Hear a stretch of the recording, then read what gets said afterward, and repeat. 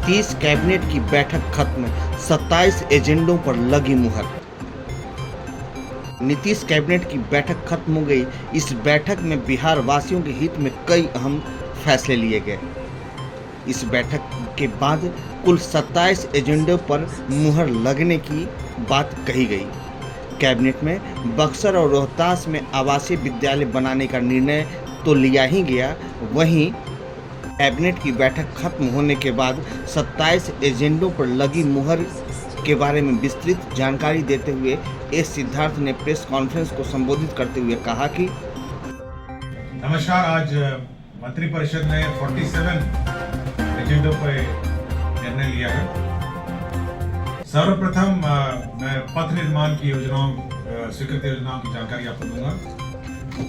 Cost sharing के आधार पर बेगूसराय जिला अंतर्गत बरौनी तेगड़ा रेलवे स्टेशनों के बीच अवस्थित लेवल क्रॉसिंग संख्या 7B के बदले आरओबी के निर्माण हेतु राजस्व राशि रुपए 34 करोड़ 52 लाख 46,000 मात्र सहित कुल राशि 146 करोड़ 36 लाख 92,000 के अनुमानित लागत पर प्रशासनिक स्वीकृति प्रदान की गई। अंतर्गत पथ प्रमंडल सोनपुर अंतर्गत मानपुर से गरखा पथ कुल लंबाई 18.1 किलोमीटर का चौड़ीकरण एवं मजबूतीकरण कार्य कुल 81 करोड़ 47 लाख 58,000 रुपए मात्र के अनुमानित व्यय पर प्रशासनिक स्वीकृति दी गई। पथ निर्माण की ही कॉस्ट शेयरिंग के आधार पर पूर्वी चंपारण जिला अंतर्गत महसी चकिया रेलवे स्टेशनों के बीच अवस्थित लेवल क्रॉसिंग संख्या 137 के बदले आरओबी के निर्माण हेतु राजस्व की राशि 81 करोड़ 63 लाख 11,000 रुपए मात्र सहित कुल राशि 106 करोड़ 15 लाख 96,000 के अनुमानित लागत पर प्रशासनिक पथ प्रमंडल की एक और योजना थी। पथ प्रमंडल 1 गयाजी अंतर्गत पुरानी बाईपास सुजाता बाईपास के चौड़ीकरण 4 लेन एवं मजबूतीकरण कार्य की स्वीकृति 37 करोड़ 83 लाख रुपए 35,000 में प्रदान की गई। पथ प्रमंडल की ही अल्पसंख्यक आवासीय विद्यालयों की भी स्वीकृति दी गई। बक्सर जिला अंतर्गत ब्रह्मपुर अंचल अंतर्गत मौजा कांट में 560 आवासन का अल्पसंख्यक आवासीय विद्यालय 53 करोड़ 37 लाख 56,000 रुपए की स्वीकृति दी गई। आवासन का अंचल चेनारी, सासाराम में चेनारी है जगह, वहां पे स्वीकृत किया गया। इसमें 56 करोड़ 13 लाख 68,000 रुपए व्यय होंगे।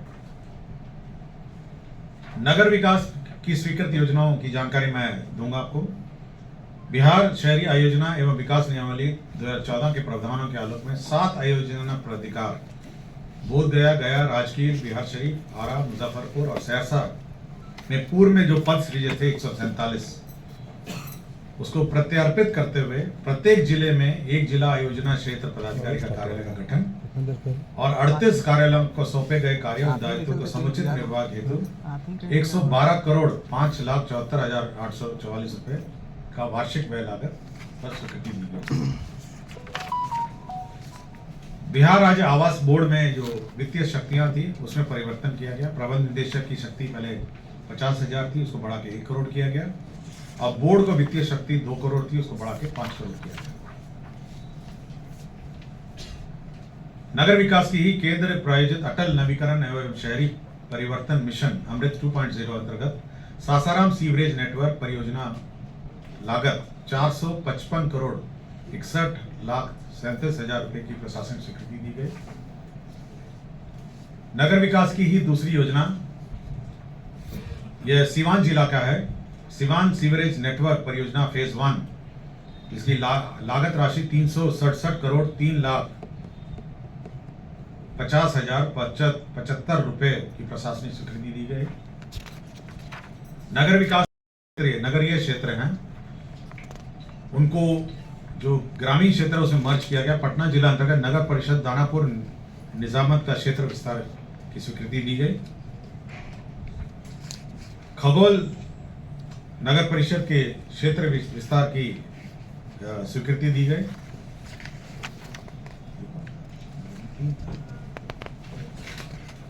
और फुलवारी शरीफ का क्षेत्र विकास, तो क्षेत्र विस्तार, तो जितने भी पटना के अगल बगल तीनों हैं, फुलवारी शरीफ, दानापुर और खागल क्षेत्र का क्षेत्र विस्तार की स्वीकृति दी। इसमें कौन कौन गांव इसमें शामिल हुए हैं सर, ये नाम दे दीजिए। आप ले सकते हैं। समाज कल्याण में आंगनवाड़ी केंद्रों के माध्यम से जो स्कूलों में बच्चों के लिए जो यूनिफॉर्म के लिए, पोशाक के लिए पैसे मिलते थे, डीबीटी के माध्यम से उसमें परिवर्तन कर दिया गया है। अब 400 रुपये की जो राशि है वो जीविका दीदी अब सिलाई करके हमारे आंगनवाड़ी केंद्रों में पोशाक उपलब्ध कराएगी और पोशाक की दर में 5% की वार्षिक वृद्धि भी की गई है। समाज कल्याण योजना में, समाज कल्याण विभाग के अंतर्गत ही ये भारत सरकार के सक्षम आंगनवाड़ी एवं पोषण 2.0 अंतर्गत प्रधानमंत्री जनजातीय आवासीय न्याय महाअभियान के अंतर्गत 5 जिलों के विभिन्न जनजातीय क्षेत्र में 10 नए आंगनवाड़ी केंद्रों के भवन निर्माण की स्वीकृति दी गई और प्रत्येक आंगनवाड़ी केंद्र विभाग ने बहुत महत्वपूर्ण निर्णय लिया है ऑन एयर कनेक्टिविटी के संबंध में।